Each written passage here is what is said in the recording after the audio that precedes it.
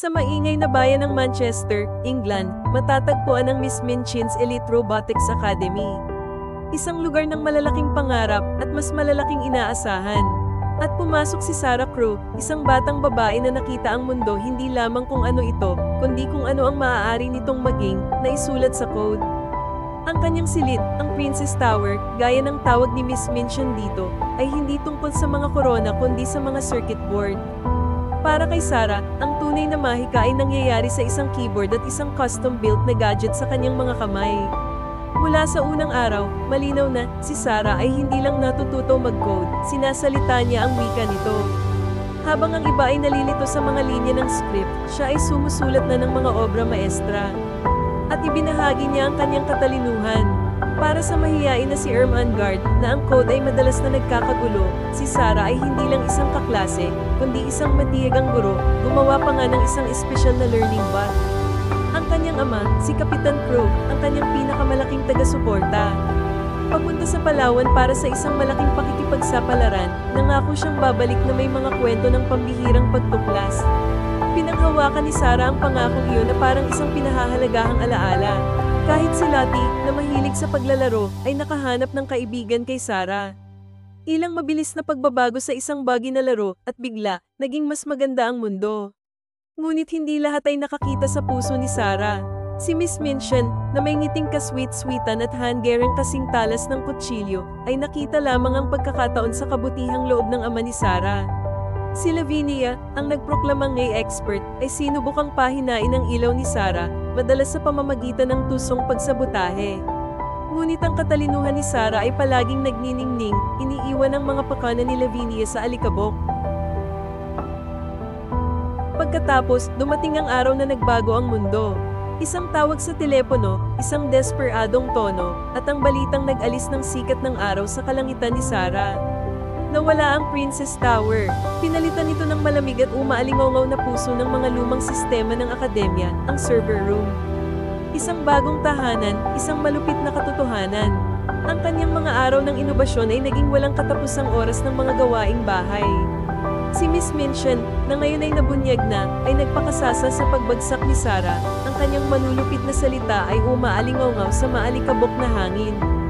Si Lavinia, na pinalakas ng kamalasan ni Sarah, ay nakahanap ng mga bagong paraan para pahirapan siya. Ang kanilang mga panunukso ay mas matalim pa kaysa sa anumang pisikal na suntok. Ngunit kahit sa pinakamadilim na sandali, lumitaw ang mga kislap ng kabutihan. Si Miss Amelia, ang kapatid ni Miss Minchin, ay nag-alok ng maliliit na ginhawa, maliliit na sinag ng pag-asa sa madilim na mundo ni Sarah. At sa tahimik na oras, pinatibay ng isang ibinahaging pangarap, si Sarah ay naging isang guro muli. Kay Becky, ang mapagpakumbabang katulong sa dormitoryo, binuksan niya ang mundo ng Python at si dagdag-dagdag, ginagawang isang lihim na paaralan ng server room. Isang gabi, habang nagdedebug ng isang matigas na sistema, nadapa si Sarah sa isang nakatagong network. Ito ay pag-aari ni Mr. Carrisford, isang henyong inventor sa katabing gusali. Dahil sa walang tigil na pangangailangan na lumikha, si Sarah ay naging isang ghost coder, nag-iiwan ng mga anonymous na patch at eleganteng solusyon sa kanyang mga komplikadong problema. Si Mr. Carrisford, naguguluhan at humanga, ay nagsimulang mag-iwan ng mas mapaghamong puzzle, curious tungkol sa kanyang mahiwagang katulong. At kung minsan, lilito ang maliliit na gantimpala isang bagong textbook, microchips mga kayamanan na buong puso ibinahagi ni Sarah kay Becky, nagpapalakas sa kanilang tahimik na paghahanap ng kaalaman. Sama-sama, mas lumalim sina Sarah at Becky, nagde-debug sa groundbreaking sustainable energy AI ni Mr. Carrisford, itinutulak ang mga hangganan ng kanilang nalalaman. Pagkatapos, nakatago sa loob ng code ni Mr. Carrisford, nakita ito ni Sarah, isang digital breadcrumb, isang malabong ngunit hindi may kakaila na mensahe mula sa kanyang ama. Nalantad ang katotohanan. Si Mr. Carrisford, na nakilala ang signature ng kanyang dating kasamahan, ay tinulungan si Sarah na magpadala ng isang beacon, isang desperadong mensahe sa digital ether. At dumating siya, nailigtas, nakarecover, natagpuan ni Kapitan Crew ang kanyang daan pabalik, ginabayan ng patuloy na signal ng kanyang anak. Ang maalikabok na server room ay naging lugar ng isang masayang muling pagsasama, nasaksihan ng gulat na si Miss Minchin. Nakamit ang hustisya, nabunyag ang kalupitan ni Miss Minchin, at isinara ang kanyang akademya.